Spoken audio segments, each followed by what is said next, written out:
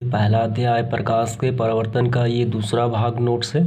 और इसके पहले वाले भाग अगर आप नहीं देखे हैं तो आपको पहले उसको देख लेना चाहिए। तो पहले वाले भाग में हम लोगों ने गोलीय दर्पण से संबंधित विभिन्न पदों तक हमने कंप्लीट कर लिया, यानी ध्रुव, वक्रता केंद्र, वक्रता त्रिज्या, प्रधान अक्ष, ये क्या होते हैं सबको समझ लिया है।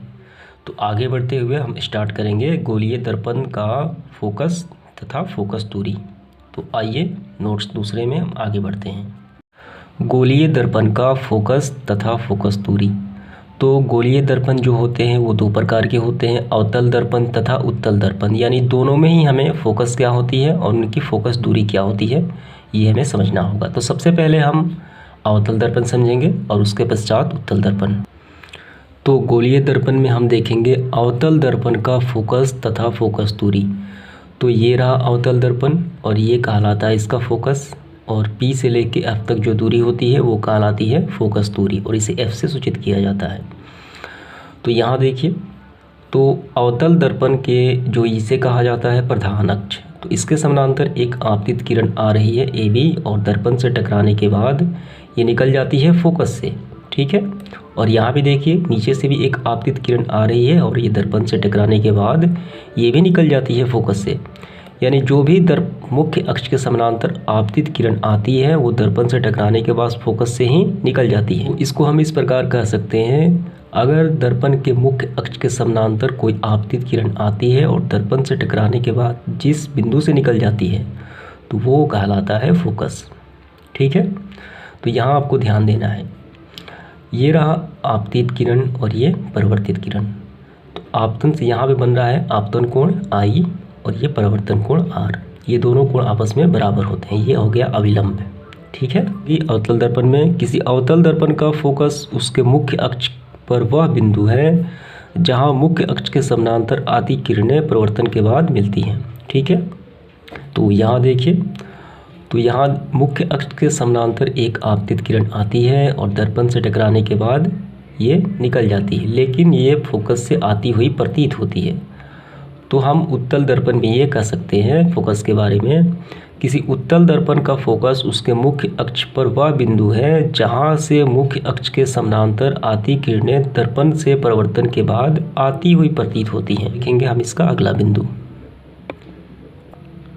तो इसके पश्चात आपको ध्यान देना है गोलीय दर्पण की फोकस दूरी और उसकी वक्रता त्रिज्या में संबंध। तो क्या संबंध होता है, गोलीय दर्पण की फोकस दूरी यानी F उसकी वक्रता त्रिज्या की आधी होती है, यानी क्या होता है यहाँ पे देखिए F = R/2, ये हमें प्रमाणित करना है। तो इसको हमने बहुत पहले ही प्रमाणित कर लिया है, ठीक है। तो यहाँ पे मैं इसका लिंक दे देता हूँ वीडियो के डिस्क्रिप्शन में, आपको जाके ये समझ लेना है।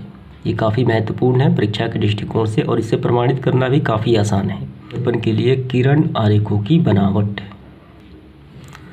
तो यहाँ पे ध्यान देना है, जब गोलीय दर्पण की बात हो रही हो तो वहाँ पे उत्तल और अवतल दोनों दर्पण उसमें शामिल हो जाएंगे। तो उन दर्पणों के लिए किरण आरेख किस प्रकार बनते हैं, और यहाँ पे कई प्रकार की शर्तें होती हैं कि आपतित किरण कहाँ से आ रही है, ठीक है।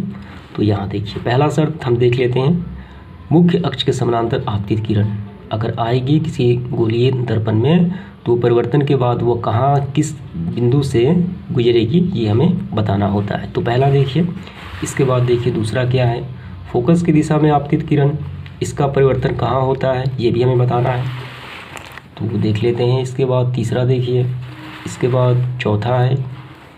तो यहाँ पे हमें 4 शर्त हैं और इनका हमें डायग्राम बताना है, यानी हमें आलेख खींचना है, ठीक है। किरण आरेख खींचना ये काफ़ी महत्वपूर्ण है, इसे आपको याद भी कर लेने हैं, ठीक है। तो चलिए हम लोग पहला स्टार्ट करते हैं।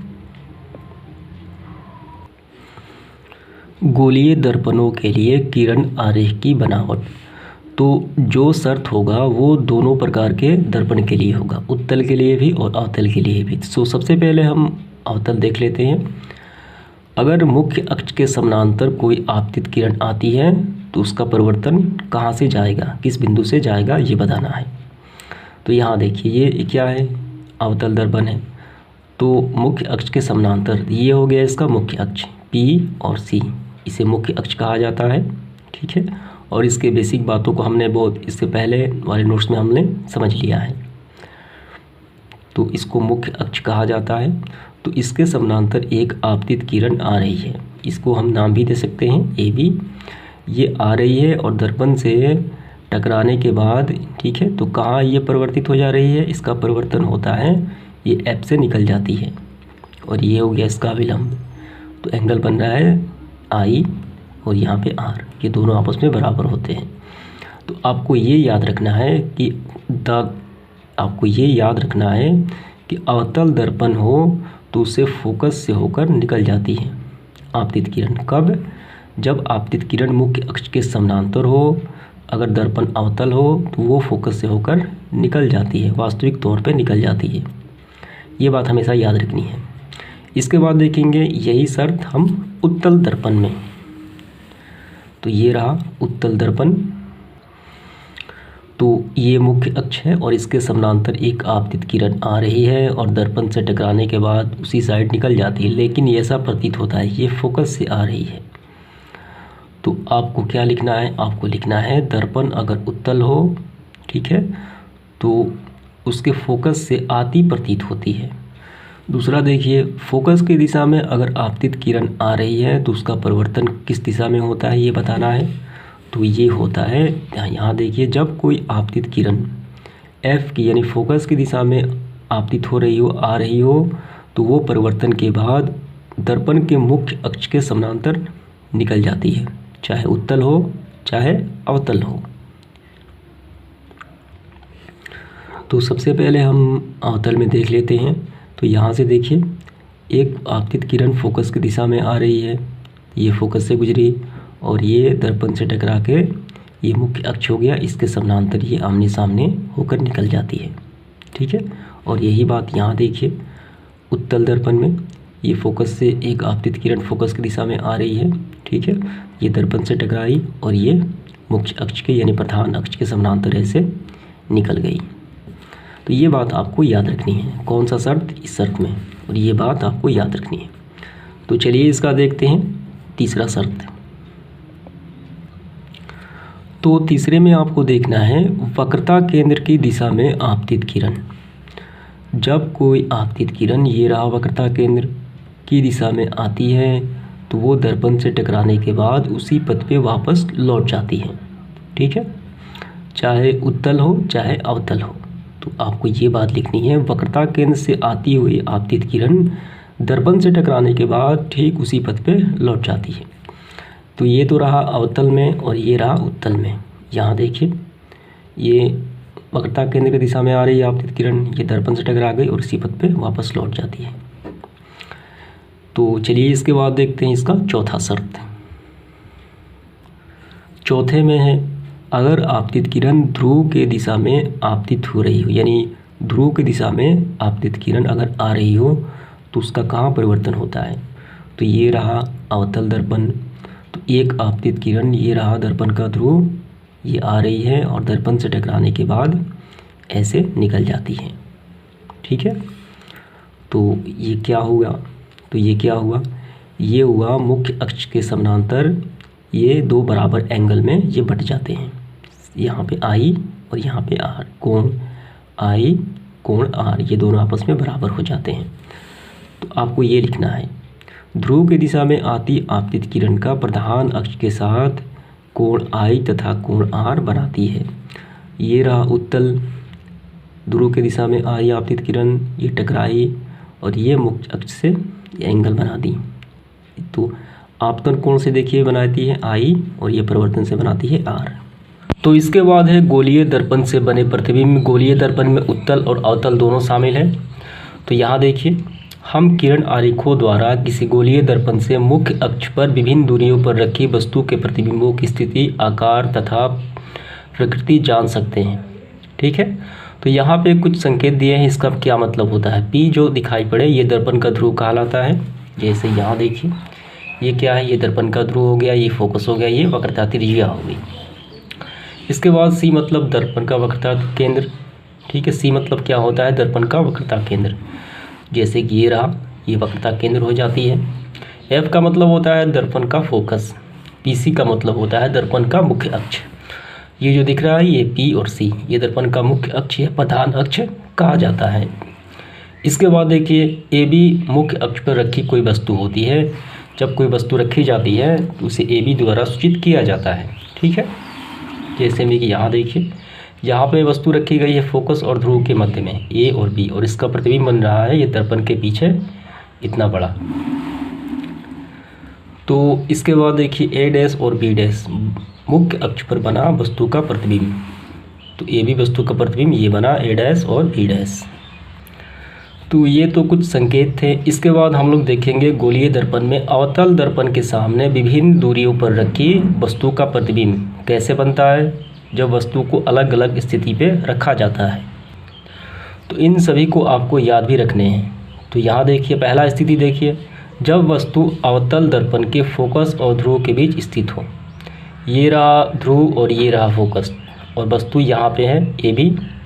तो इसका प्रतिबिंब देखिए कहाँ बनता है, ये दर्पण के पीछे बनता है और ये काफ़ी बड़ा बनता है। वस्तु बिंब AB अवतल दर्पण के फोकस और ध्रुव के बीच रखी रहती है तो प्रतिबिंब A' और B' दर्पण के पीछे और की ओर बनता है।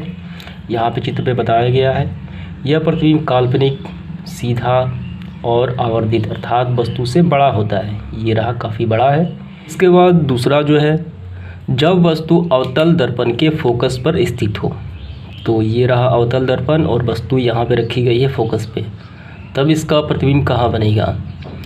तो वस्तु बिंब यानी AB अवतल दर्पण के फोकस पर स्थित है, तब इसका प्रतिबिंब अनंत पर बने यानी इन्फिनिटी, अनंत की तरफ बन जाएगा, ठीक है। इसके बाद देखिए तीसरा, जब वस्तु अवतल दर्पण के वक्रता केंद्र और फोकस के मध्य स्थित हो।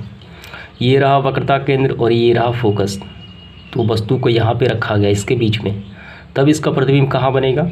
यह प्रतिबिंब जो बनेगा यहाँ देखिए, यहाँ पे जब वस्तु AB अवतल दर्पण के वक्रता केंद्र और फोकस के बीच रखी रहती है तब प्रतिबिंब A' B' वक्रता केंद्र और अनंत के बीच बनता है। ये रहा वक्रता केंद्र और ये रहा अनंत, ठीक है। ये रहा अनंत, तो इसके मध्य बनता है। ये अनंत साइड हो गया और ये वक्रता केंद्र हो गया, तो यहाँ पे इसका प्रतिबिंब बन रहा है। इसके बाद देखिए चौथा, जब वस्तु अवतल दर्पण के वक्रता केंद्र पर स्थित हो। जब वस्तु को अवतल दर्पण के वक्रता केंद्र पर ही रखा जाता है, तो जब वस्तु यानी बिंब AB अवतल दर्पण के वक्रता केंद्र C पर रहती है तब प्रतिबिंब A' B' वक्रता केंद्र पर ही बनता है। तो यहाँ पे इसी पर इसका प्रतिबिंब बनता है। तो ये सारी तमाम बातें आपको याद भी रखनी है, ठीक है।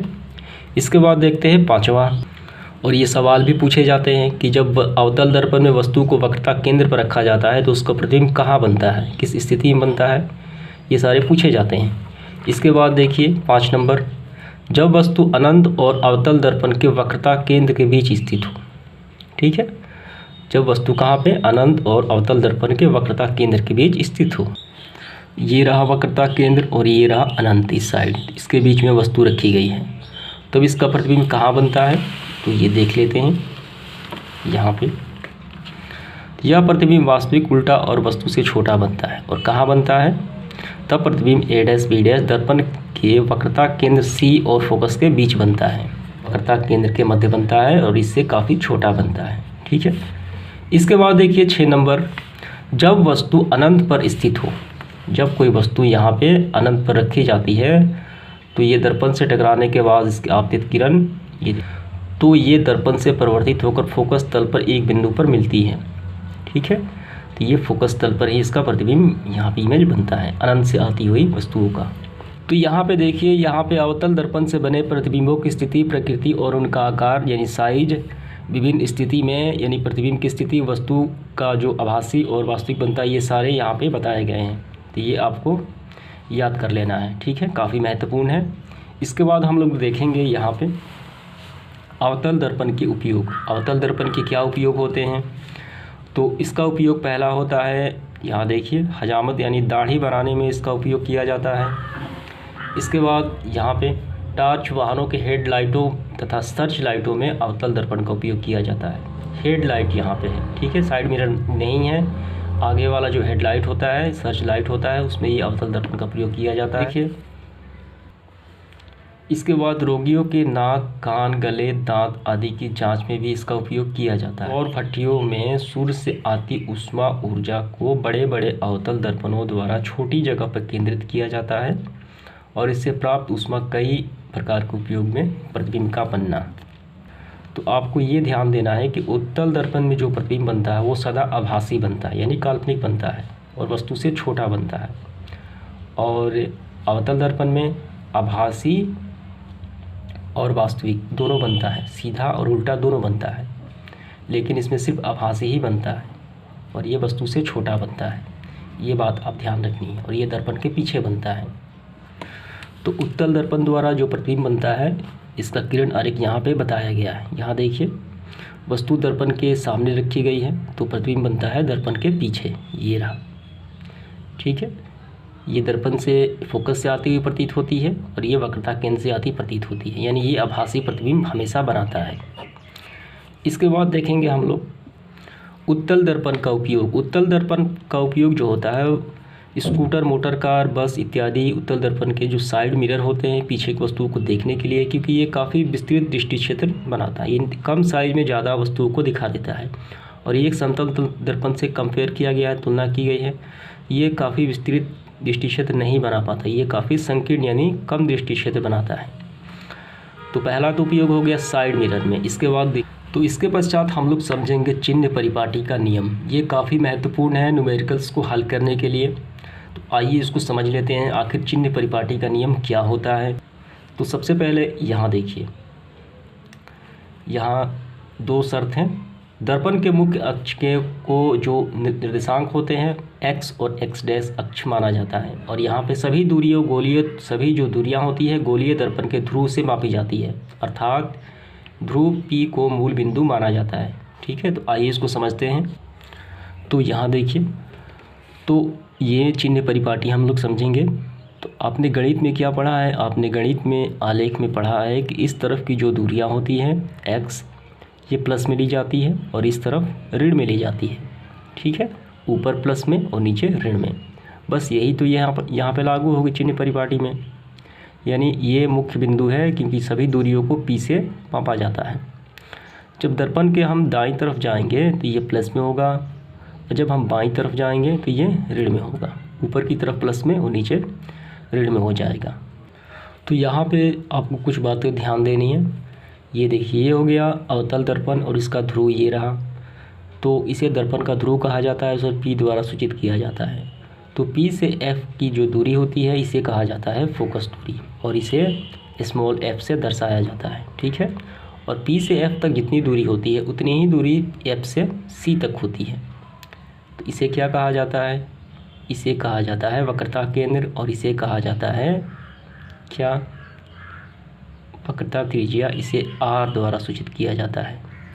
ठीक है, ये आपको तो समझ में आ गया। यहाँ से यहाँ तक F, यहाँ से यहाँ तक R और ये क्या है? ये AB वस्तु रखी गई है। तो P से लेके F तक इसे क्या कहा जाता है?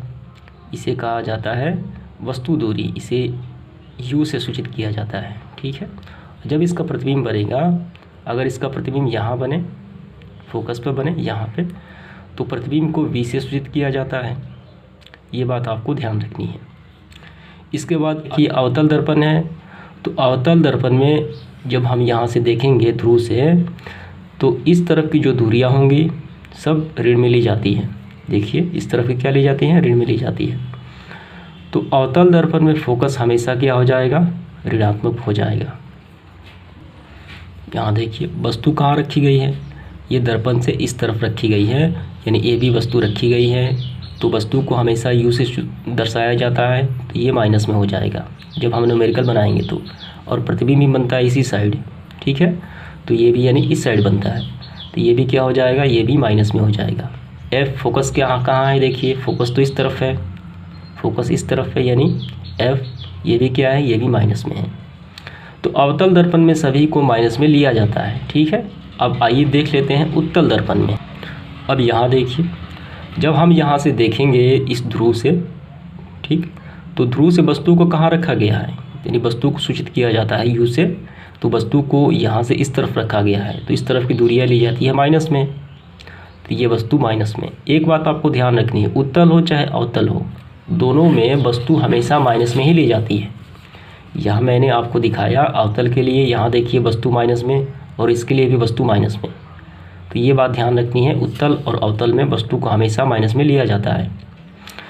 इसके बाद देखिए, तो ये इसका प्रतिबिंब कहाँ बन रहा है, ये दर्पण के पीछे बन रहा है। तो इस तरफ की दूरियाँ जो होती है, यहाँ से इस तरफ की दूरियाँ प्लस में होती हैं। तो ये प्रतिबिंब कहा जाता है ए डैश बी डैश, और इसे बी से सूचित किया जाता है। तो ये हो जाएगा इस तरफ प्लस में।